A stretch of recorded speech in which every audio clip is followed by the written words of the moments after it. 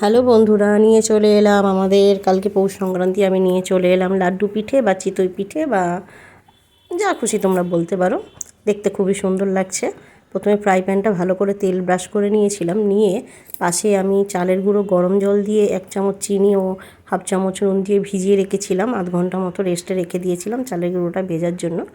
তারপরে সেই তেল ব্রাশ করা প্যানটা গরম হতে আমি তার মধ্যে ছোট একটা গ্লাসে করে বা ডাব্বু হাতা করেও দিতে পারো তোমরা, আমার গ্লাসে সুবিধে হয়েছিল, গ্লাসে করে পুরো দিয়ে দিলাম। দিয়ে ওটাকে ভর্তি করে দিয়ে চাপা দিয়ে রেখেছি খানিকক্ষণ। তারপরে যখন হয়ে আসবে তোমরা একটা টুথপিক বা সরু ছুরি দিয়ে দেখে নিতে পারো যে হয়েছে কি না। তারপরে কাঠি দিয়ে সব উল্টে উল্টে দিলাম। দেখো বন্ধুরা কি সুন্দর হয়েছে। উল্টে দিয়ে আবার খানিকক্ষণ কয়েক সেকেন্ডের জন্য একটু চাপা দিয়ে রেখেই নামিয়ে নেব।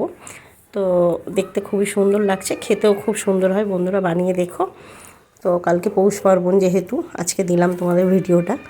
আর খেতে খুবই সুস্বাদু হয়েছিল। তোমরা এটা গুড়ে ভিজিয়েও খেতে পারো, ঝোলা গুড় বা খেজুর গুড় যাই হোক তার মধ্যে ভিজিয়ে খেতে পারো। আবার অনেকে এটাকে নিয়ে দুধে জাল দিয়েও খায়। আমিও তো দুধে জাল দেবো কিছুটা, আবার কিছুটা গুড়ে চুবিয়েও খাবো। বন্ধুরা খুব সুন্দর হয়েছে, তোমরা চেষ্টা করো।